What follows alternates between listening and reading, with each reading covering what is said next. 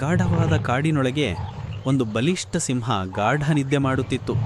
ಅಷ್ಟರಲ್ಲಿ ಒಂದು ಚೆಂಚಲ ಸಣ್ಣ ಇಲಿ ಅದರ ದೇಹದ ಮೇಲೆ ಹಾರಾಡಿತು. ಸಿಂಹ ಎಚ್ಚರಗೊಂಡಿತು. ಕೋಪದಿಂದ, ಏಯ್, ಯಾರು ನನ್ನನ್ನು ಎಬ್ಬಿಸಿದರು ಎಂದು ಗರ್ಜಿಸಿ ತನ್ನ ಬಲವಾದ ಪಂಜದಲ್ಲಿ ಇಲಿಯನ್ನು ಹಿಡಿದಿತು. ಇಲಿ ಭಯದಿಂದ ನಡಗಿ, ಅಯ್ಯೋ ಮಹಾರಾಜ, ದಯವಿಟ್ಟು ನನ್ನನ್ನು ಬಿಡಿ, ಒಂದು ದಿನ ನಾನು ನಿಮಗೆ ಉಪಯೋಗವಾಗಬಹುದು ಎಂದು ವಿನಂತಿಸಿತು. ಸಿಂಹ ಜೋರಾಗಿ ನಗುತ್ತಾ, ನೀನು ನನಗೆ ಸಹಾಯ ಮಾಡುತ್ತೀಯಾ ಎಂದು ಹೇಳಿ ಇಲಿಯ ಸಾಮರ್ಥ್ಯದ ಬಗ್ಗೆ ವ್ಯಂಗ್ಯ ಮಾಡಿತು. ಆದರೂ ಮನದಾಳದಲ್ಲಿ ದಯೆಯಿಂದ ಇಲಿಯನ್ನು ಬಿಟ್ಟು ಕಳುಹಿಸಿತು.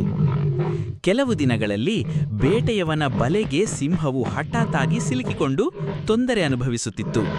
ಅದು ಭಯದಿಂದ ಗರ್ಜಿಸುತ್ತಿದ್ದರೂ ಯಾರೂ ಸಹಾಯಕ್ಕೆ ಬಂದಿಲ್ಲ. ಆ ಸಮಯದಲ್ಲಿ ಇಲಿಯೇ ಬಂದು ತನ್ನ ಸಣ್ಣ ಹಲ್ಲಿನಿಂದ ಹಗ್ಗಗಳನ್ನು ಕಡಿದು ಸಿಂಹವನ್ನು ಮುಕ್ತಗೊಳಿಸಿತು. ಈ ಕಥೆಯ ನೀತಿ: ಸಣ್ಣವರ ಸಹಾಯ ದೊಡ್ಡವರಿಗೂ ಅಗತ್ಯ. ನಾವು ಯಾರೊಬ್ಬರನ್ನು ಕನಿಷ್ಠವೆಂದು ಕಾಣಬಾರದು.